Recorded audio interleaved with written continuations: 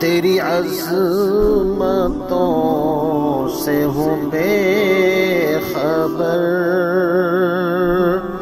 یہ میری نظر کا قصور ہے۔ اعوذ باللہ من الشیطان الرجیم، بسم اللہ الرحمن الرحیم۔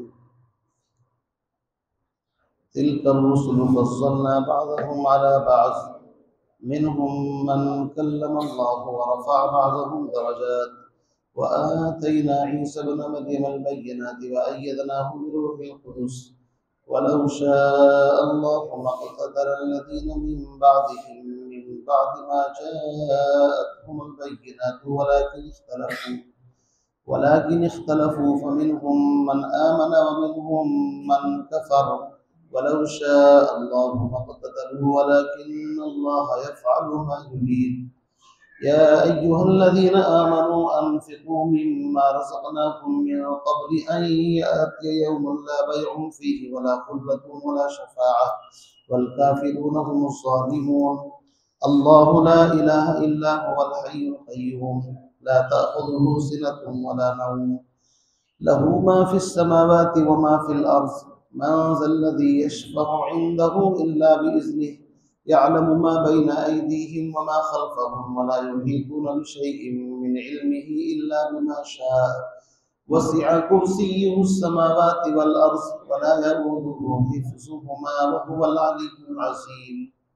لا إكراه في الدين، قد تبين الرشد من الغي، فمن يكفر بالطاغوت ويؤمن بالله فقد استمسك بالعروة الوثقى لا انفصام لها، والله سميع عليم۔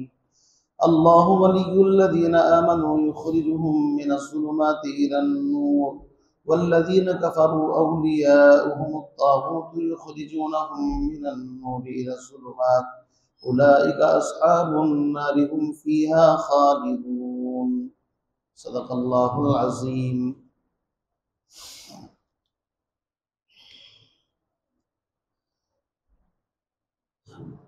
پارہ نمبر 3 اور سورۃ البقرہ کی آیت نمبر 253 سے لے کر کے 257 تک چند آیات آپ حضرات کے سامنے اس وقت پڑھی گئی ہیں۔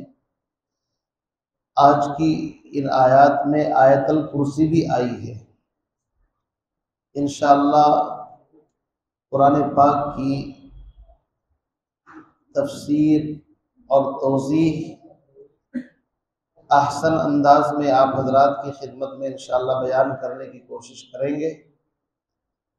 آپ حضرات سے درخواست ہے کہ نہایت ہی ادب کے ساتھ قرآن کی اس مجلس کے اندر تشریف رکھیں، ہماتن متوجہ ہو جائیں، اس لیے کہ قرآن پاک جہاں پر پڑھا جاتا ہے، سنا جاتا ہے، اللہ کے فرشتے اس مجلس کو ڈھانپ لیتے ہیں، گھیر لیتے ہیں، اور نورانی مجلس اگر اس میں کوئی بے ادبی کوتاہی ہو جائے تو وبال اور پکڑ کا بھی سخت اندیشہ ہوتا ہے، اس لیے کہ اللہ کی طرف سے جتنا بڑا انعام ہوتا ہے اس کی طرف سے پکڑ بھی بڑی سخت ہوتی ہے۔ ان بطش ربک لشدید، تیرے رب کی پکڑ بڑی سخت ہے۔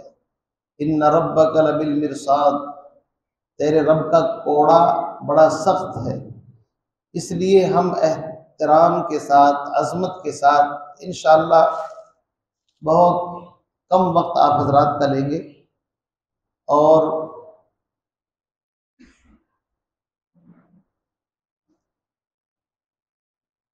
یہ آیات جو اس وقت آپ حضرات کے سامنے پڑھی گئی ہیں، تلک آیات اللہ نتلوها علیک بالحق وانک لمن المرسلین، تلک الرسل فضلنا بعضهم علی بعض۔ اس سے پہلے اصل میں 2 آیات گزری ہیں۔ ایک تو ہے وَقَاتِلُوا فِي سَبِيلِ اللَّهِ وَاعْلَمُوا أَنَّ اللَّهَ سَمِيعٌ عَلِيمٌ، آیت نمبر 243، اللہ کے راستے میں لڑو اور جان لو اللہ سننے والا ہے، جاننے والا ہے۔ اس آیت کو بیان کرنے کے بعد طالوت اور جالوت کا ایک لمبا واقعہ اللہ نے بیان فرمایا، جس میں حضرت داؤد علیہ السلام نے اس زمانے کی سپر پاور طاقت جس کا نام جالوت تھا اس کو قتل کیا۔ تو گویا کہ وہ آیت جس میں قتال کا ذکر تھا اس کا مفہوم تو لمبا واقعہ لا کر کے اللہ نے بیان فرما دیا۔ اس کے بعد اللہ کے راستے میں خرچ کرنے کا ذکر تھا۔ من ذا الذی یقرض اللہ قرضا حسنا، کون ہے جو اللہ کو قرض حسن دے؟ تو جہاد اور انفاق یہ دونوں مضمون ساتھ ساتھ چلتے ہیں، اس لیے آگے کی آیت آ رہی ہے یا ایھا الذین آمنوا انفقوا مما رزقناکم، اس آیت میں پھر انفاق فی سبیل اللہ کا تذکرہ فرمایا۔ درمیان میں نبی علیہ السلام کی رسالت کو بیان کیا گیا، چونکہ قرآن پاک کا جو موضوع ہے وہ توحید، رسالت، آخرت، تین چیزیں ہیں۔ بنیادی طور پر توحید، اللہ کو ایک ماننا، رسالت، تمام نبیوں کو آدم سے لے کر حضرت محمد الرسول اللہ صلی اللہ علیہ وسلم تک تمام انبیاء علیہ السلام کو سچا اور برحق نبی جاننا، اور تیسری چیز موت کے بعد کی زندگی کے اوپر پکا یقین رکھنا۔ یہ تین بنیادی چیزیں ہیں۔ تو اس واقعے کو بیان کر کے اللہ نے فرمایا آپ ان واقعات کو اتنا زمانہ بیت جانے کے بعد، گزر جانے کے بعد، کب موسیٰ علیہ السلام کا واقعہ اور اس سے بھی پہلے یہ شمویل اور طالوت اور جالوت کا واقعہ بہت پہلے کا ہے، آپ اپنے زمانے کے لوگوں کے سامنے ٹھیک ٹھیک واقعے کو بیان کر رہے ہیں، یہ اس بات کی دلیل ہے کہ آپ سچے نبی ہیں۔ اس لیے کہ پیغمبر علیہ السلام نے کسی اسکول، مدرسے، کالج، یونیورسٹی میں نہ کبھی داخلہ لیا، نہ کبھی آپ پڑھنے گئے، کوئی ثابت نہیں کر سکتا۔ آپ کا لقب امی ہے، امی کہتے ہیں جس نے کسی سے لکھنا پڑھنا نہ سیکھا ہو، لیکن آپ ایسے امی ہیں کہ تمام اولین اور آخرین کا علم آپ کو اللہ نے عطا فرمایا۔ قیامت تک مفسر تفسیر بیان کرے، مبلغ تبلیغ کرے، مقرر تقریر کرے، مدرس درس دے، ہر ایک اپنی اپنی صلاحیت کے مطابق اپنی انتھک صلاحیتیں خرچ کرنے کے بعد بھی پیغمبر علیہ السلام کے علوم کا ادنا سا حصہ بھی ادا نہیں کر سکتا۔ تو سب سے پہلے فرمایا تلک آیات اللہ نتلوها علیک بالحق، محبوب یہ قرآن کی آیات، یہ اللہ کی آیات ہیں جن کو آپ حق اور ٹھیک ٹھیک پڑھ کر کے لوگوں کو سنا رہے ہیں۔ اس میں آپ کی نبوت کی دلیل چھپی ہوئی ہے کہ آپ سچے نبی ہیں۔ وَإِنَّكَ لَمِنَ الْمُرْسَلِينَ، اور بے شک آپ ہمارے بھیجے ہوئے رسولوں میں سے ایک رسول ہیں۔ اب جب رسالت کا تذکرہ چل پڑا تو اگلی آیت میں اللہ فرماتے ہیں تِلْكَ الرُّسُلُ فَضَّلْنَا بَعْضَهُمْ عَلَى بَعْضٍ، یہ جتنے بھی رسول اور پیغمبر آئے ہیں ان رسولوں اور نبیوں میں ہم نے آپس میں بعض کو بعض کے اوپر فضیلت عطا فرمائی۔ بعض انبیاء علیہ السلام کا مقام بعض سے بڑا ہوا ہے۔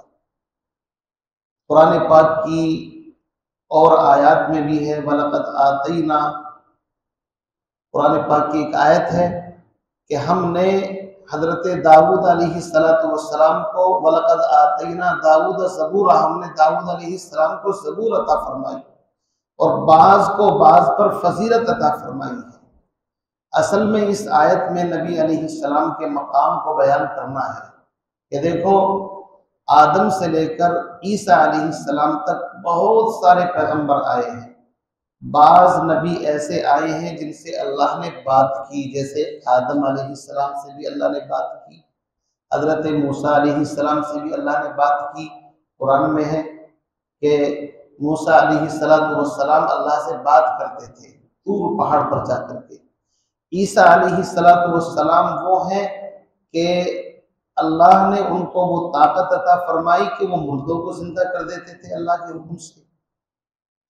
فرماتے ہیں کہ ان تمام نبیوں کے کمالات ایک طرف، حسن یوسف، دم عیسیٰ، ید بیضا داری، آنچ خوباں ہما دارن تو تنہا داری، وہ سارے نبی الگ الگ جو کمالات رکھتے ہیں ان تمام کمالات کو اکٹھا کر کے گلدستے کی شکل میں ہم نے آپ کو عطا فرمایا۔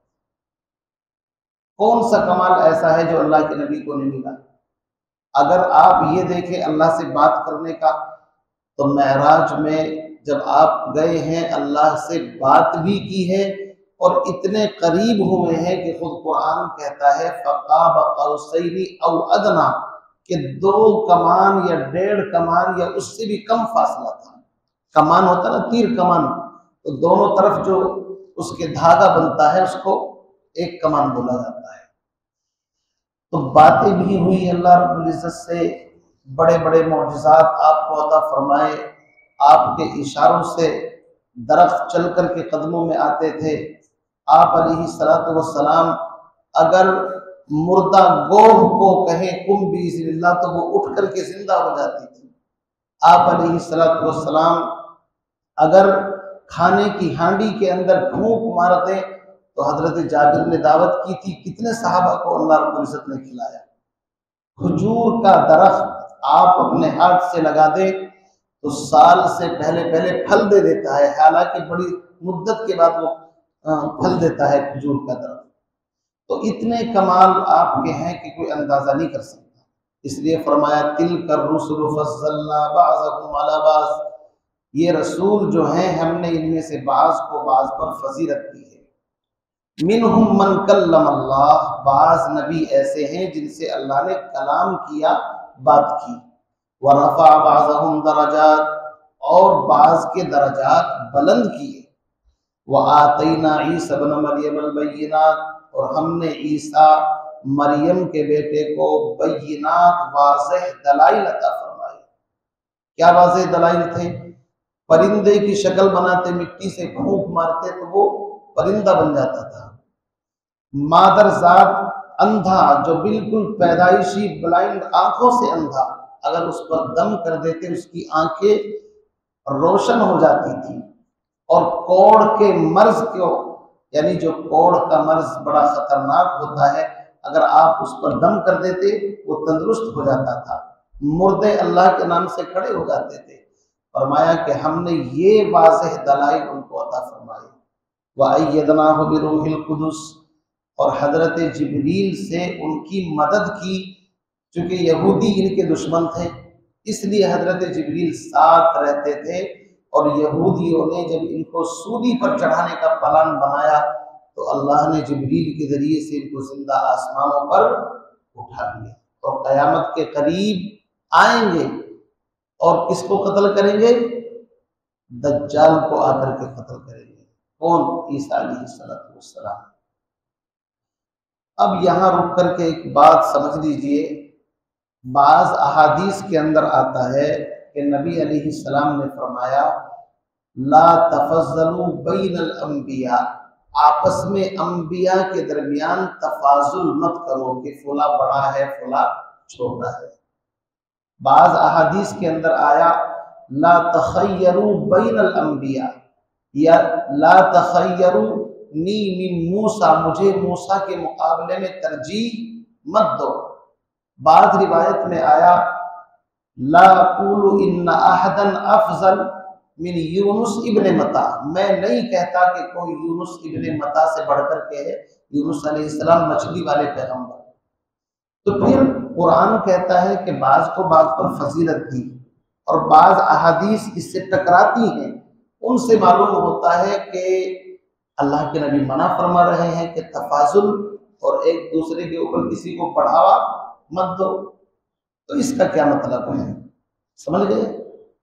اعتراض سمجھ گیا کہ احادیث میں منع فرمایا گیا اور قرآن کہہ رہا کہ ہم نے فضیلت دی ہے۔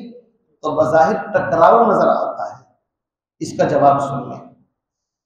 ایک جواب تو یہ ہے کہ حضور علیہ السلام نے وہ باتیں اس وقت فرمائی جب تک یہ قرآن کی آیت نازل نہیں ہوئی تھی۔ ایک جواب تو یہ ہو گیا، پہلے کی باتیں ہیں وہ، جب آپ نے فرمایا کہ مجھے ان پر فضیلت مت دو یا آپس میں ایک دوسرے کو وہ مت کرو تقابل۔ جب یہ قرآن کی آیت نازل ہو گئی تو نبی علیہ السلام نے خود فرمایا ہے انا سید ولد آدم، میں اولاد آدم کا قیامت کے دن سردار ہوں گا، لیکن مجھے اس پر کوئی فخر نہیں۔ قیامت کے دن سفارش میں کروں گا، حمد کا جھنڈا میرے ہاتھ میں ہوگا، لیکن فرمایا مجھے اس پر کوئی فخر نہیں۔ دوسرا جواب یہ ہے کہ نبی علیہ السلام تواضع کی وجہ سے فرمایا کرتے تھے، تواضع کہتے عاجزی انکساری کو، آپ کے اندر عاجزی انکساری اتنی تھی کہ امام الانبیاء، تمام نبیوں کے امام ہونے کے باوجود آپ فرماتے ہیں مجھے نبیوں کے اوپر فضیلت مت دو۔ کیوں؟ اس لیے کہ وہ بھی نبی ہیں، میں بھی نبی ہوں، کہیں ایسا نہ ہو تم مجھے فضیلت دینے کے چکر میں ان کی توہین کر بیٹھو اور تمہارا ایمان سے ناطا ختم ہو جائے۔ کیونکہ ایسا ہوتا ہے نا، یہودیوں نے موسیٰ علیہ السلام کو اتنا بڑھایا کہ عیسیٰ علیہ السلام کو کچھ بھی نہیں مانتے وہ لوگ، اس کے مقابلے میں عیسائیوں نے عیسیٰ علیہ السلام کو اتنا بڑھایا کہ موسیٰ علیہ السلام کا انکار کر دیا۔ وقالت اليہود لیست النصارى علی شیء وقالت النصارى لیست اليہود علی شیء، پلٹوار کر دیا۔ اور ہے بھی، جب تم کسی کے نبی کی توہین کرو گے وہ تمہارے نبی کی توہین کرے گا تو نقصان ہوتا ہے۔ اس لیے آپ نے فرمایا کہ اس جھنجٹ میں مت پڑو۔ دو جواب ہو گئے۔ تیسرا جواب یہ ہے کہ پیغمبر علیہ السلام کو معلوم ہے کہ کون افضل ہے کون نہیں ہے، لیکن آپ اس موضوع کو کہ ایک کو دوسرے پر بڑھایا جائے آپ اس کو پسند نہیں فرماتے تھے۔ بس یہ ہے کہ بس ٹھیک ہے، اللہ جانتا ہے کون کس سے بڑا ہے، ان چیزوں کو جو چھوڑو، ورنہ ہوتا یہ ہے کہ پھر ایک دوسرے پر تفاضل کے مقابلے میں تقابل شروع ہو جاتا ہے۔ جب فضیلت بڑھائی جاتی ہے تو پھر تقابل، مقابلہ شروع ہو جاتا ہے، اور نبیوں کے درمیان مقابلہ کرنا اچھا نہیں ہے۔ بہرحال یہ تو جواب اس کا ہوا۔ آگے فرماتے ہیں وَلَوْ شَاءَ اللَّهُ مَا اقْتَتَلَ الَّذِينَ مِن بَعْدِهِمْ، اللہ اگر چاہتا تو ان نبیوں کے بعد یہ لوگ آپس میں قتال نہ کرتے، جبکہ ان کے پاس واضح دلائل بھی آ چکے ہیں۔ وَلَٰكِنِ اخْتَلَفُوا، لیکن لوگوں نے پھر بھی اختلاف کیا نبیوں کے بعد۔ فَمِنْهُمْ مَنْ آمَنَ، پس بعض ان میں سے ایمان لائے، وَمِنْهُمْ مَنْ كَفَرَ، اور بعض نے کفر کیا۔ وَلَوْ شَاءَ اللَّهُ مَا اقْتَتَلُوا، اگر اللہ چاہتا تو یہ آپس میں قتال نہ کرتے، جھگڑتے نہ۔ وَلَٰكِنَّ اللَّهَ يَفْعَلُ مَا يُرِيدُ، لیکن اللہ جو چاہتا ہے کرتا ہے۔ اب اس کو سمجھے، اس میں کیا مطلب ہے؟ سوال پیدا ہوتا ہے جب انسانوں کی ہدایت کے لیے 1,24,000 یا 44,000 کم و بیش نبی دنیا کے اندر آئے، آدم سے لے کر کے حضور تک، تو سوال یہ پیدا ہوتا ہے ان نبیوں میں سے بعض نے اللہ سے باتیں بھی کی، بعض کو بعض پر درجات میں فضیلت بھی عطا فرمائی، تو ہم یہ دیکھتے ہیں کہ دنیا کے اندر بگاڑ پھر بھی ہے، اختلاف پھر بھی ہے، جھگڑے پھر بھی ہیں، تو کیا وہ نبی نعوذ باللہ اپنے مشن میں کامیاب نہیں ہوگا؟ ایک سوال پیدا ہوتا ہے نا ذہن کے اندر۔ بھئی نبی آیا دنیا کے اندر تو نبی کے آنے کے بعد اختلاف ختم ہو جانا چاہیے، سب ایک ہی دین پر آنے چاہیے، لیکن ہم دیکھتے ہیں کہ پھر بھی دنیا کے اندر اختلافات ہیں۔ اللہ نے اس کا جواب دیا ہے۔ جواب کا ماحصل یہ ہے، اللہ رب العزت نے کسی کو مجبور پیدا نہیں کیا، ہر انسان کو عقل، شعور، صلاحیت دے کر کے آزاد چھوڑ دیا، سمجھانے کے لیے انبیاء علیہ السلام کو بھیجا ہے، اور نبیوں کا کام ہوتا ہے حق بات پہنچانا، زبردستی کرنا نبیوں کا کام نہیں ہوتا۔ اسی لیے کیا کہتے ہیں نبی، انما علینا البلاغ، ہمارے ذمے پہنچانا ہے، یا ایھا الرسول بلغ، اے نبی آپ پہنچا دیجئے، تبلیغ کر دیجئے، بلغوا انی ولو آیا۔ زبردستی قرآن کہتا ہے لست علیہم بمسیطر، آپ داروغہ نہیں ہیں کہ زبردستی کسی کو ایمان کے اندر داخل کریں گے۔ انک لا تہدی من احببت ولکن اللہ یہدی من یشاء، ہدایت اللہ کے ہاتھ میں ہے، جب جس کو چاہتا ہے ہدایت مل جاتی ہے، جس کو نہیں چاہتا ہدایت نہیں ملتی۔ اس لیے ان نبیوں نے آ کر کے اپنے اپنے زمانے میں لوگوں پر محنت کی، اس محنت کے نتیجے میں جن کو ماننا تھا وہ ایمان کے اندر داخل ہوئے، جن کو نہیں ماننا تھا وہ ایمان سے محروم رہ گئے۔ اسی کو اللہ نے فرمایا فَمِنْهُمْ مَنْ آمَنَ وَمِنْهُمْ مَنْ كَفَرَ۔ بات سمجھ میں آ گئی بھائی؟ یہ مطلب ہے۔ اچھا، نبی علیہ السلام اس معاملے میں زیادہ ہی ایموشنل کہہ لیجیے ایک طریقے سے، مطلب آپ کی فکر یہ تھی کہ میرے بعد تو کوئی نبی آئے گا بھی نہیں، میں آخری نبی ہوں، کہیں ایسا نہ ہو کہ میری ساری کی ساری قوم پہلی امتوں کی طرح ہلاک و برباد ہو جائے۔ اللہ نے اس کا جواب دے دیا، نبی جی ایسا نہیں ہوگا، یہ سلسلہ پہلے سے چل رہا ہے، آپ سے پہلے بھی نبی آئے ہیں، ایک سے ایک بڑھ کر کے نبی آیا، بعض نے ان کو مانا، بعض نے ان کو نہیں مانا۔ آپ کو تسلی دی جاتی ہے کہ جس کے مقدر میں ایمان ہوگا وہ سیدھے راستے پر آ جائے گا، اور جس کو ماننا نہیں ہے وہ آپ کے خاندان میں گھر میں پیدا ہوگا لیکن ہمیشہ آپ کی مخالفت کرے گا۔ اور جس کو ماننا ہوگا وہ کہاں سے؟ سلمان فارس سے چل کر کے آئے، بلال حبشے سے چل کر کے آئے، صہیب روم سے چل کر کے آئے، اور جس کو ماننا نہیں تھا پیغمبر کا سگا چچا ہے ابو لہب، سگا چچا۔ پیغمبر علیہ السلام کی جب پیدائش ہوئی تو چونکہ آپ یتیم تھے، والد نہیں تھے، تو چچا نے اتنی خوشی کی، اس نے اپنی باندی کو آزاد کر دیا، یعنی برتھ ڈے منا رہا ہے پیدائش کی خوشی کے اندر۔ لیکن جب 40 سال کے بعد پیغمبر نے اپنا مشن پیش کیا تو سب سے پہلے مخالفت اسی نے شروع کی۔ تو بھائی ماننے والے بھی رہیں گے، نہ ماننے والے بھی رہیں گے۔ اب آگے فرماتے ہیں ان دو مضمونوں کو بیان کرنے کے بعد اصل مضمون جو پہلے سے چل رہا تھا، انفاق، اللہ کے راستے میں خرچ کرنا۔ فرماتے ہیں یا ایھا الذین آمنوا، اے ایمان والو، انفقوا، خرچ کرو، مما، دیکھو کتنا پیارا انداز، خرچ کروایا جا رہا ہے اس میں سے، مما رزقناکم، جو رزق ہم نے تم کو دیا ہے۔ میں کوئی چیز آپ کو دوں اور دینے کے بعد کہوں کہ آپ اسے مجھے واپس دے دو، یا فلاں صاحب کو دے دو اور ثواب بھی لے لو، کمال تو یہی ہے۔ اللہ نے دیا، ہم جتنے طریقوں سے مال کماتے ہیں، اللہ اگر عقل نہ دیتا تو ہم مال کما سکتے تھے؟ اللہ اگر ہنر صلاحیت نہ دیتا مال کما سکتے تھے؟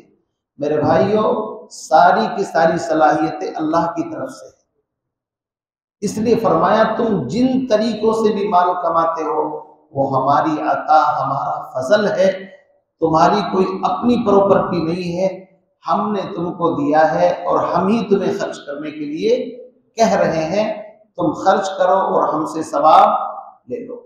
فرمایا یا ایھا الذین آمنوا، اے ایمان والو، خرچ کرو، مما، اس میں سے، رزقناکم، جو رزق ہم نے تم کو دیا ہے۔ کب خرچ کرو؟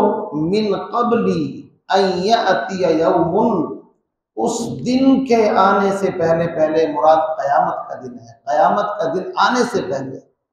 کیوں؟ اس لیے کہ جب انسان کی موت کا وقت آتا ہے تو قرآن پاک میں آئے گا پارہ نمبر 28 کے اندر کہ حتی اذا جاء احدکم الموت قال رب ارجعون، کیا کہتا ہے انسان جب موت کا وقت آتا ہے؟ الہی ایک چانس مجھے واپس دو دنیا میں جانے کا، کیوں؟ لعلی اعمل صالحا، تاکہ میں اعمال صالحہ کروں۔ حتی اذا جاء احدهم الموت، جب انسان کی موت کا وقت آتا ہے، لولا اخرتنی الی اجل قریب فاصدق واکن من الصالحین، اس وقت کہتا ہے صدقہ بھی کروں گا، خیرات بھی کروں گا، نمازیں بھی پڑھوں گا، چونکہ اب دیکھ رہا ہے اب دنیا کی مہلت تو ختم ہو گئی۔ اللہ فرماتے ہیں اس دن سے پہلے پہلے میں تمہیں سمجھا رہا ہوں، خرچ کر لو، ورنہ موت آئے گی ایک ہی جھٹکے کے اندر اور معاملہ ختم ہو جائے گا۔ اور موت تو ہر ایک کو آنی ہے بھائی، پیغمبروں کے اوپر موت آئی، اسی لیے کسی نے کہا ہے کہ ہر بشر جو بھی پیدا ہوا ہے وہ موت کی سختی برداشت کرے گا۔ جب احمد مرسل نہ رہے کون رہے گا؟ جب نبی نہیں رہے تو ہم اور آپ کیا رہیں گے؟ فرمایا اس دن سے پہلے پہلے خرچ کرو، ان یاتی یوم، وہ دن آ جائے، لا بیع فیہ، جس دن میں نہ کوئی بیع، کوئی خرید و فروخت نہیں ہوگی۔ دنیا میں یہ کام چلتا ہے کہ پیسے لے دے کر کے کام چل جاتا ہے، خرید و فروخت، اللہ فرماتے کوئی تجارت نہیں ہوگی اس دن۔ ولا خلا، نہ کوئی دوستی کام آئے گی، سب دوست تو کیا، قرآن کہتا ہے یوم یفر المرء من اخیہ و امہ و ابیہ، ماں باپ کو نہیں انسان پہچانے گا، دوست تو دور کی چیز ہے، لیکن ایک دوستی ہاں قیامت کے دن کام آئے گی۔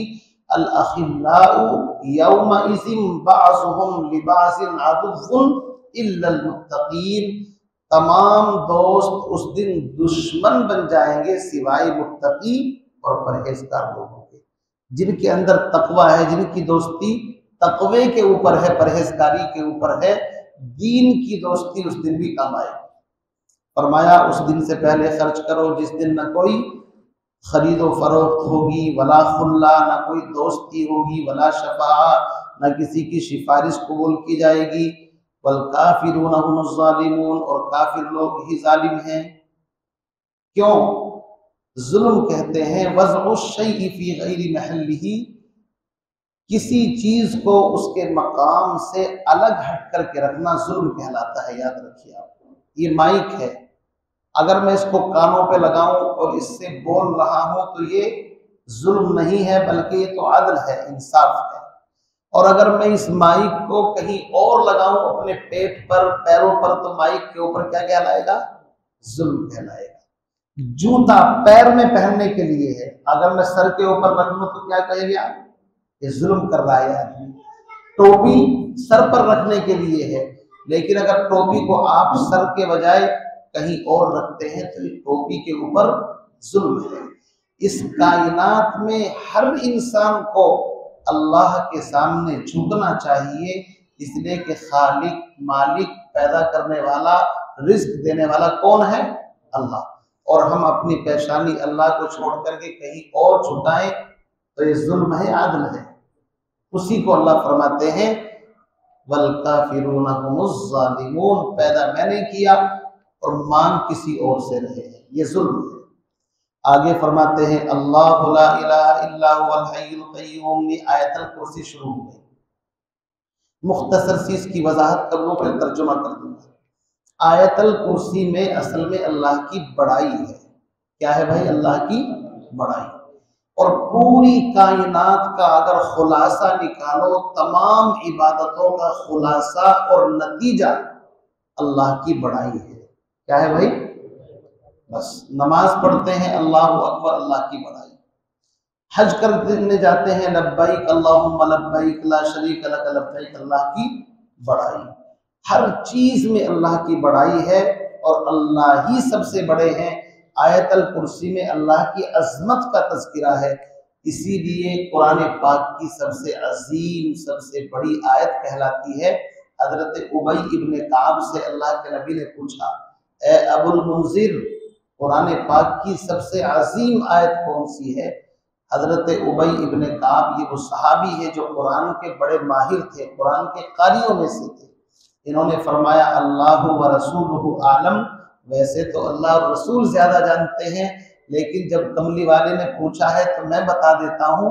اللہ کے نبی اللہ لا الہ الا هو الحی القیوم یہ آیات پڑھ کر کے سنائی، پیغمبر کا چہرہ خوشی سے کھل اٹھا اور آپ نے سینے پر ہاتھ مارا اور فرمایا ابو المنذر تمہیں علم مبارک ہو، یعنی اپنے سوال کا جواب بالکل رائٹ دیا، ایک دم پرفیکٹ، اتنی بڑھیا ہے۔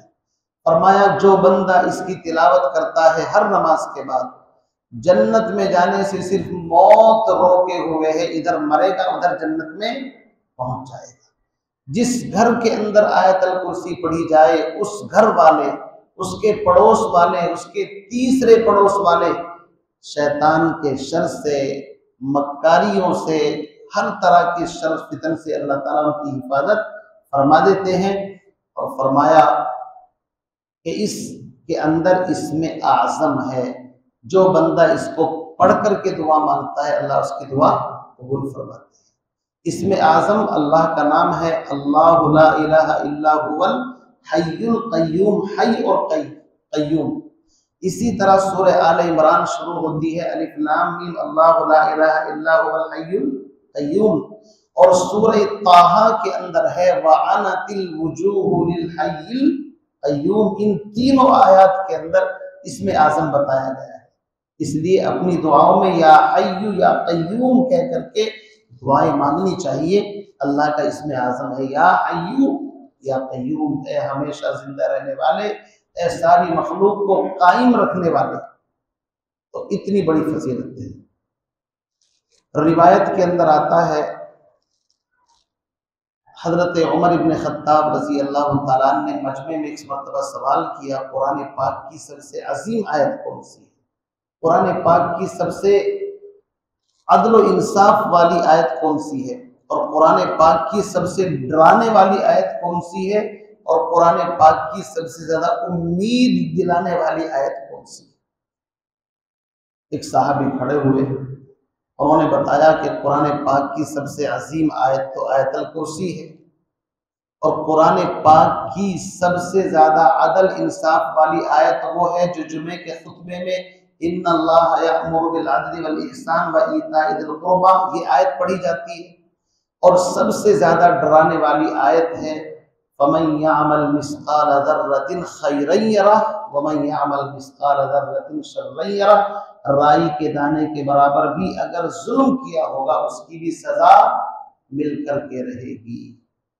اور قرآن پاک کی سب سے امید افزا آیت کہ جس کو سننے کے بعد گنہگار کو بھی امید ہو جاتی ہے بخشش کی، وہ ہے یا ایھا الذین آمنوا لا تقنطوا من رحمت اللہ ان اللہ یغفر الذنوب جمیعا، اللہ سارے گناہوں کو معاف کرنے پر قادر ہے۔ آیت الکرسی کی فضیلت اتنی سی کافی ہے۔ میں آپ کو ایک واقعہ سنا دوں۔ حضرت ابو ہریرہ کے بارے میں بھی آتا ہے، حضرت معاذ بن جبل کے بارے میں بھی آتا ہے، اور کئی صحابہ کے بارے میں آتا ہے کہ اللہ کے نبی نے ان کو صدقے کے کھجور دے دیے۔ صدقات اس زمانے میں لوگ آتا تھا، بیت المال میں اکٹھا ہوتا تھا، تو حضرت ابو ہریرہ اور معاذ بن جبل دونوں سے روایت ہے، ان کے بارے میں بھی واقعہ ان کے بارے میں بھی ہے کہ ہم نے محسوس کیا کہ اس میں سے کچھ کم ہو رہے ہیں، تو ہم نے فیلڈنگ لگا دی۔ فیلڈنگ سمجھ لینا، یعنی کہ تھوڑا غور و فکر کرنا، نگرانی کرنا کہ بھئی کون چراتا ہے اس کے اندر سے، صدقے کا مال ہے۔ پتہ چلا رات کو ایک بڑے میاں کی شکل کے اندر کوئی آیا اور لے کر کے چل پڑا۔ لمبا واقعہ میں شارٹ کٹ کرتا ہوں۔ صحابی نے پکڑ لیا، چلو اللہ کے نبی کے پاس، منت سماجت کی کہ آج کے بعد کبھی نہیں آؤں گا، چھوڑ دیا۔ صبح فجر کے بعد اللہ کے نبی نے پوچھا رات تمہارا چور جو آیا تھا اس کا کیا ہوا؟ یہ کہنے لگے کہ وہ خوشامد کرنے لگا، میں نے چھوڑ دیا۔ فرمایا آج پھر آئے گا۔ چنانچہ اگلے روز پھر آیا وہ، اس صحابی نے پھر پکڑ لیا کہ آج نہیں چھوڑوں گا۔ اس نے پھر خوشامد کی، چھوٹے چھوٹے بچے ہیں، بلکہ بعض روایت میں آتا ہے کہ یار ہم پہلے یہاں کچھ کھا پی لیا کرتے تھے، جب سے یہ پیغمبر آئے ہیں ہمیں یہ مطلب مدینہ چھوڑ کر کے نصیبین جانا پڑا، اب غذا کی تلاش میں پریشان ہوتے تو کہاں جائے۔ بہرحال دوسرے دن بھی چھوڑ دیا۔ اللہ کے نبی نے پھر پوچھا وہ کیا ہوا تمہارے چور کا کہ زیادہ خوشامد کرنے لگا تھا، چھوڑ دیا اس نے؟ فرمایا وہ آج پھر آئے گا۔ اب تو صحابی کہنے لگے تیسری مرتبہ میں اس کی بخشش نہیں، اگر آج پھر آ گیا۔ چنانچہ تیسرے روز پھر آیا، اور آنے کے بعد اس نے کھجوریں بھری چل پڑا۔ تو حضرت ابو ہریرہ یا معاذ بن جبل الگ الگ روایتیں ہیں، انہوں نے پیچھے سے پکڑ لیا، آج بالکل بھی چھوڑنے والا نہیں ہے۔ ہمارے یہاں 3 مرتبہ کی ہوتی ہے نا، کہ 3 مرتبہ میں بچے کہتے ہیں اب دوستی ختم، 3 مرتبہ تم نے پھر حد کراس کر دی۔ اب وہ کہنے لگا کہ بھائی ایک بات سنو، میں آپ سے ایک ڈیل کرنا چاہتا ہوں، میں تمہیں ایک ایسی چیز بتاؤں گا تمہاری طبیعت خوش ہو جائے گی، لیکن مجھے چھوڑنا پڑے گا۔ اب صحابہ جو تھے دین کے بڑے لالچی تھے، کہا کہ بتا، جلدی سے بتا، چل کیا بتانا چاہتا ہے؟ کہا کہ میں اصل میں جنات میں سے ہوں، اور قرآن پاک کی ایک آیت ہے جس کو آیت الکرسی کہتے ہیں، اگر وہ کسی گھر کے اندر پڑھ لی جائے رات کے وقت تو صبح تک شیاطین اس گھر میں داخل نہیں ہو سکتے، صبح کو پڑھی جائے تو رات کو داخل نہیں ہو سکتے۔ اب میں نے تمہیں بہت اچھی بات بتا دی، لہذا مجھے چھوڑ دو۔ صحابی نے کہا چلو چھوڑ دیا۔ تیسرے روز صبح کے وقت اللہ کے نبی نے پھر یہی پوچھا مجمع کے سامنے، تو ان صحابی نے پورا واقعہ بیان کیا، اصل میں پکڑ کے لا رہا تھا، لیکن راستے میں ایسے ایسے میری ان سے کچھ بات چیت ہو گئی اور پھر میں نے چھوڑ دیا۔ اللہ کے نبی نے فرمایا وہ شیطان تھا، ابلیس تھا، خود جھوٹا ہے لیکن بات سچی بتا کر کے گیا ہے، بات سچی ہے۔ تو بتائیے کتنی قیمتی چیز ہمارے پاس ہے بھائی، آیت الکرسی۔ اب اس کا ترجمہ سن لیں۔ فرماتے ہیں اللہ لا الہ الا ہو، اللہ کے علاوہ کوئی الہ نہیں، کوئی مشکل کشا، کوئی حاجت روا، کوئی نفع نقصان کا مالک، کوئی بگڑی بنانے والا نہیں۔ سیدھی بات ہے، ساری چیزوں کی نفی صرف اللہ ہی ہے، ساری چیزوں کو کرنے والا۔ ایاک نعبد و ایاک نستعین، جو اس کے اندر ہے وہی اس کے اندر ہے، اللہ وہ ہے، اس کے علاوہ کوئی معبود نہیں۔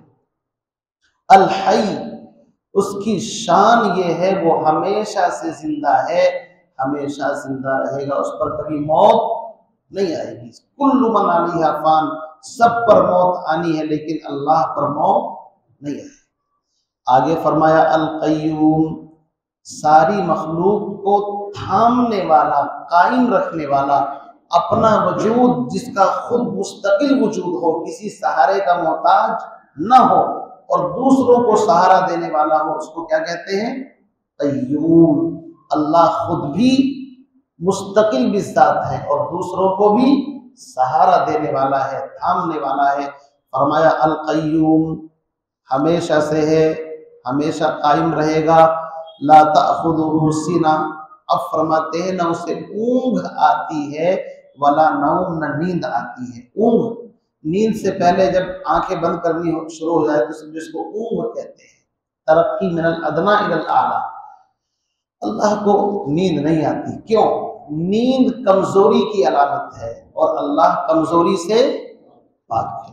نیند آنا عیب ہے اور اللہ کی ذات بے عیب ہے، اللہ کے اندر عیب نہیں ہے۔ ٹرین کا اگر پائلٹ اور فلائٹ جہاز کا پائلٹ اگر سو جائے اور 1000 فٹ کی بلندی پر جہاز اڑ رہا ہو تو سارے کے سارے جس کے اندر سواری سب خطرے میں پہنچ جائیں گے، نہیں پہنچ جائیں گے۔ اسی لیے فلائٹ کے اندر 2-3 پائلٹ رہتے ہیں، آپ نے دیکھا ہوگا، کیوں؟ انسان ہے، ہو سکتا ہے نیند آ جائے۔ اللہ رب العزت نے زمین آسمان کی جو فلائٹ بنا رکھی ہے جس میں میں اور آپ بیٹھے ہوئے ہیں، ہم فلائٹ میں ہی ہیں، یہ سمجھو آپ، تو اس کا جو پائلٹ ہے اللہ، وہ کبھی سوتا نہیں ہے۔ موسیٰ علیہ السلام سے ایک مرتبہ ان کے امتی نے پوچھ لیا کہ کیا ہمارا رب نہیں سوتا؟ اللہ رب العزت نے پریکٹیکل کرایا کہ موسیٰ اپنے ہاتھ میں 2 شیشی لے لو اور تھوڑا رات بھر جاگو۔ جب رات آئی تو نیند آنی شروع ہو گئی، اور زیادہ رات ہوئی، تہائی رات، تو موسیٰ علیہ السلام سو گئے، وہ شیشی نیچے گری، ٹوٹ گئی۔ سبق یہ ملا، میسج یہ ملا، اللہ اگر سو جائے تو زمین آسمان کا نظام درہم برہم ہو جائے، اس لیے اللہ نیند سے پاک ہے۔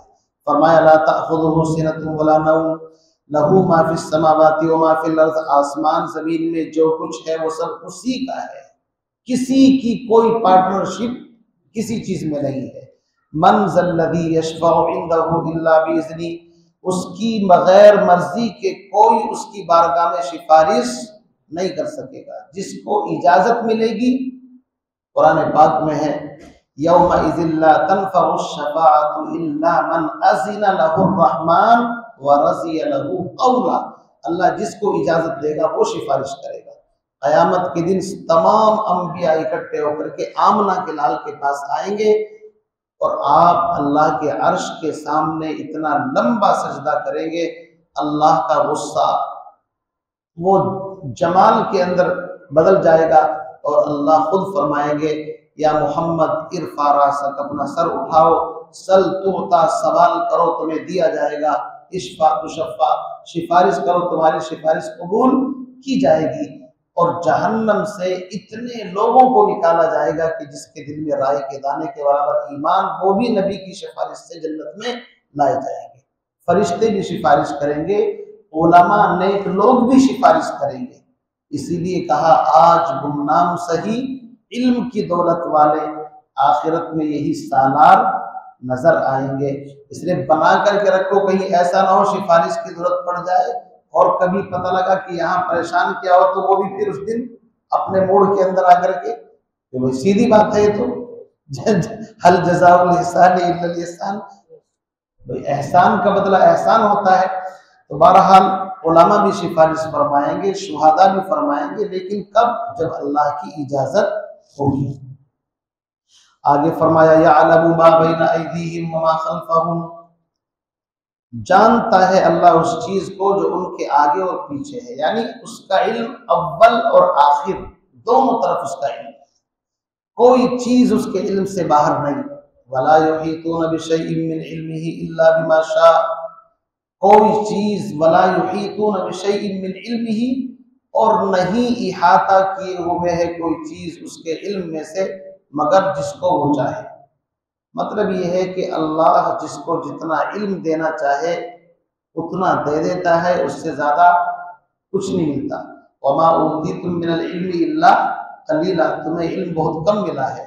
موسیٰ اور خضر علیہ السلام ایک مرتبہ آئے گا چل کر کے پارہ نمبر 16 کے اندر واقعہ، کشتی کے ذریعے سے سفر کر رہے تھے، ایک پرندہ آتا ہے اور سمندر سے ایک چونچ میں پانی لیتا ہے، تو خضر علیہ السلام موسیٰ سے فرماتے ہیں اے بنی اسرائیل کے پیغمبر، میرا علم اور آپ کا علم اللہ کے علم کے سامنے ایسا ہی ہے جیسے اس سمندر میں سے ایک چونچ اس چڑیا نے اٹھائی۔ تو بھائی آپ سوچیے اللہ کا علم کتنا وسیع ہے۔ فرمایا وسع کرسی السماوات والارض، آسمان اور زمین اس کی کرسی کے وسیع اور وسیع ہے، یعنی کشادہ ہے اس کی کرسی آسمان اور زمین کے مقابلے میں۔ آسمان اور زمین کرسی کے سامنے ایسے ہیں جیسے کسی میدان میں ایک انگوٹھی یا چھلا اگر پڑا ہوا ہو، اتنے بڑے میدان کے سامنے۔ اور کرسی اللہ کے عرش کے سامنے ایسی ہی ہے جیسے چھوٹا سا موبائل یا کوئی انگوٹھی پڑی ہوئی، اتنی بڑی چیز ہے۔ فرمایا ولا یؤودہ حفظہما، اور اللہ ان کی حفاظت سے تھکتا نہیں ہے، اللہ سب چیزوں کی حفاظت کر رہا ہے۔ وَهُوَ الْعَلِيُّ الْعَظِيمُ، وہ برتر ہے، عظمتوں والا ہے۔ لا اکراہ فی الدین، دین میں کوئی زبردستی نہیں، کسی کو گن پوائنٹ پر کوئی مسلمان نہیں بنا سکتا، اس لیے کہ وہ تو منافق بنے گا۔ ایمان تو دل کی کیفیت کا نام ہوتا ہے، وہ اخلاق سے بنتا ہے، اس لیے اسلام میں کوئی زبردستی نہیں۔ اگر مسلمان کسی ملک پر جا کر کے اس زمانے میں جیسے چڑھائی ہوتی تھی تو ان سے کہتے تھے یا تو کلمہ پڑھو، اسلم تسلیم، ہمارے بھائی بن جاؤ گے، نہیں کلمہ پڑھتے تو اطاعت قبول کرو، جزیہ دو، پھر تم اپنے مذہب کے مطابق شراب پیو، خنزیر کھاؤ، جو تمہارے مذہب میں ہے، آزادی کے ساتھ زندگی گزارو، تمہارے جان مال کی حفاظت اب ہم کریں گے چونکہ تم ہماری رعیت کے اندر، ماتحتی کے اندر ہو، باقی کسی کو زبردستی مسلمان نہیں کیا جائے گا، اس کی اجازت نہیں۔ بعض نے فرمایا اس کا مطلب یہ ہے کہ دین میں کوئی زبردستی نہیں، یعنی کلمہ پڑھنے کے بعد آزاد ہے آدمی، چاہے نماز پڑھے چاہے نہ پڑھے، تم زبردستی نہیں کر سکتے۔ یہ تب مفہوم بعض لوگوں نے زبردستی نکالنے کی کوشش کی ہے، یہ مفہوم اس آیت کا ہرگز نہیں ہے، یاد رکھیے۔ زبردستی تو کی جائے گی۔ اسلام لانے سے پہلے تمہیں آزادی ہے، لیکن جب تم نے اسلام لا کر کے کانٹریکٹ پر سائن کر لیا تو اب قانون کو ماننا پڑے گا، نہیں ماننا پڑے گا؟ آپ ہندوستان میں نہیں آئے، ہندوستان کی نیشنلٹی آپ نے لی آ کر کے، تو جب آپ کو نیشنلٹی یہاں کی مل گئی تو اس کے ساتھ ساتھ اس کا مطلب یہ ہے کہ اب تم ہندوستان کے تمام قانون کو فالو کرو گے، اس کا مطلب یہی ہے نا، تبھی تو نیشنلٹی ملی۔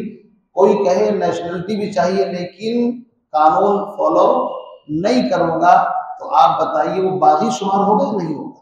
ایسے ہی اسلام لانے سے پہلے تمہاری مرضی تھی، لیکن جب اسلام ایکسپٹ کر لیا، قبول کر لیا، تو اس کے احکام بھی ماننے پڑیں گے۔ اب اگر شراب پی کوڑے لگیں گے، زنا کیا سزا ملے گی، چوری کی ہاتھ کاٹے جائیں گے، چونکہ اسلام کا مطلب ہی ہے۔ تو فرمایا تو سزا دینے کے اندر الگ مسئلہ ہے، لیکن اسلام قبول کرانے میں کوئی زبردستی نہیں کی جائے گی۔ لا اکراہ فی الدین قد تبین الرشد من الغی، ہدایت گمراہی سے واضح ہو چکی۔ فمن یکفر بالطاغوت، بس جو شخص طاغوت کا انکار کرے، اللہ کا غیر جو بھی ہے، چاہے وہ جنات ہو، ابلیس ہو، شیطان ہو، کوئی بھی ہو، وہ سب طاغوت ہے۔ جو طاغوت کا انکار کر دے، وَيُؤْمِن بِاللَّهِ، اور اللہ پر ایمان لائے، فرشتوں پر، کتابوں پر، جن چیزوں پر ایمان لانا چاہیے، ایمان مفصل، فَقَدِ اسْتَمْسَكَ بِالْعُرْوَةِ الْوُثْقَىٰ، تو تحقیق کہ اس نے مضبوط کڑا پکڑ لیا۔ مضبوط کڑا، اگر ایک آدمی ڈوب رہا ہو، یہ کسی جگہ سے گر رہا ہو بلڈنگ سے، اور گرتے گرتے اگر کوئی کڑا اس کے ہاتھ میں آ جائے تو انسان سمجھ جاتا ہے، نہیں سمجھ جاتا ہے، لیکن اگر وہ کڑا مضبوط ہے تو اس کی جان بچے گی، اور جس کا وہ سہارا لے رہا اگر وہ خود کمزور ہو تو کیا آسمان سے گرا اور کیا بتایا کرتا ہے بھائی وہ کھجور پہ اٹک گیا کہتے ہیں، تو وہ کام اس کا ہو جائے گا، اس سے کوئی کام چلنے والا نہیں ہے۔ جتنے بھی سہارے ہیں اللہ کو چھوڑ کر وہ سب بودے اور کمزور کڑے ہیں، اور صرف اللہ کا سہارا مضبوط سہارا ہے۔ انسان جب سب سے ٹوٹ جاتا ہے، رشتہ داروں سے، دوستوں سے، اور تنہائی میں اپنے رب کو پکارتا ہے کہ بس میرا آسرا تو ہے، تو خدا کی قسم اس کے دل کے اندر ایک عجیب کیفیت پیدا ہوتی ہے۔ اور جتنا انسان دنیا والوں سے، کبھی اس کا جو انسان سوچتا ہے نا، کبھی بھائی کا سہارا، کبھی چچا کا، جو دوسروں کے سہارے رہتا ہے وہ کبھی ترقی نہیں کرتا۔ یہ حقیقت بات ہے، اپنے پیروں پر چلنا پڑتا ہے۔ تو اللہ فرماتے ہیں جو ہم سے تعلق قائم کرے گا وہ مضبوط کڑا پکڑ لیا اس نے، اور ہمیں چھوڑ کر کے اگر کسی اور سے ادھر ادھر آستھا لگائے ہوئے ہے تو یہ تو خود کمزور ہیں، آرا کے خود کو مست کرا رہے بری کنت، جو خود ڈوب رہا ہو تمہیں کیا سہارا دے گا۔ فرمایا لن انفصام لها واللہ سمیع علیم، اللہ ولی الذین آمنوا، اللہ ولی دوست ہے ان لوگوں کا جو ایمان لائے۔ ایمان والوں کا دوست کون ہے؟ اللہ۔ آیت بھی عجیب ہے، یوں بھی ہو سکتا تھا ایمان والے اللہ کے دوست ہیں، نہیں، اللہ دوست ہے ایمان والوں کا۔ کیا بات، اللہ ولی الذین آمنوا یخرجہم من الظلمات الی النور، اور دوست کا کام کیا ہوتا ہے؟ اپنے دوست کو صحیح راستے پر چلانا۔ فرمایا اللہ ایسا دوست ہے ایمان والوں کا کہ ان کو اندھیروں سے روشنی کی طرف لاتا ہے۔ ظلمات جمع ہے، نور واحد ہے۔ کیوں؟ ایمان کا نور تو ایک ہی نور ہے، لیکن ظلمتیں الگ الگ ہوتی ہیں، کفر کی الگ ہے، شرک کی الگ ہے، معاصی کی الگ ہے، اور حقوق العباد میں کمی ہوتی ہے تو وہ ظلمات الگ ہیں، حقوق العباد میں کوتاہی ہوتی ہے اس کا اندھیرا الگ ہے۔ تو ظلمتیں زیادہ ہیں اور روشنی کتنی ہے؟ ایک۔ اللہ فرماتے ہیں اندھیروں سے نکل، یہاں یہ بھی ہو سکتا تھا من الظلمات الی الانوار، انوار روشنیوں کی طرف، تو انسان سوچتا کہ میں جس روشنی میں ہوں یہ روشنی صحیح بھی ہے یا نہیں، شاید دوسری روشنی ہو۔ اللہ نے فرمایا روشنی ایک ہے، وہ ہے حق کی روشنی، لا الہ الا اللہ محمد الرسول اللہ، بس ایک ہی روشنی ہے۔ اور زیادہ روشنی کے چکر میں پڑنے کی ضرورت نہیں ہے۔ اندھیرے بہت سارے ہیں لیکن روشنی ایک ہی ہے۔ فرمایا ایمان والوں کو اندھیروں سے روشنی کی طرف نکالتا ہے۔ والذین کفروا، اور جو کافر ہیں، اولیاءہم الطاغوت، ان کے جو دوست ہیں وہ طاغوت ہیں، شیطانی طاقتیں، یخرجونہم من النور الی الظلمات، شیاطین کا کام یہ ہے کہ وہ ان کو نور سے اندھیروں کی طرف نکالتے ہیں۔ کیا الٹا معاملہ ہے۔ اولئک اصحاب النار، یہ لوگ جو نور سے اندھیروں کی طرف آئے یہ لوگ جہنمی ہیں۔ ہم فیہا خالدون، لائف ٹائم کے لیے اس میں رہیں گے۔ خالدون کا مطلب ہوتا ہے ہمیشہ رہنا، خالد کے معنی ہمیشگی۔ ہم فیہا خالدون، تو ترجمہ میں اس کا انگلش میں لائف ٹائم، صحیح ہے نا، ہمیشہ کے لیے اس کے اندر رہیں گے۔ اللہ تعالیٰ سے دعا فرمائے ہم تمام کو ایمان کی، اسلام کی، اخلاص کی دولت نصیب فرمائے اور اندھیروں سے نکل کر کے روشنی میں آنے کی سعادت و توفیق نصیب فرمائے۔ سبحان اللہ و بحمدہ، سبحانک اللہم و بحمدک، ونشہد ان لا الہ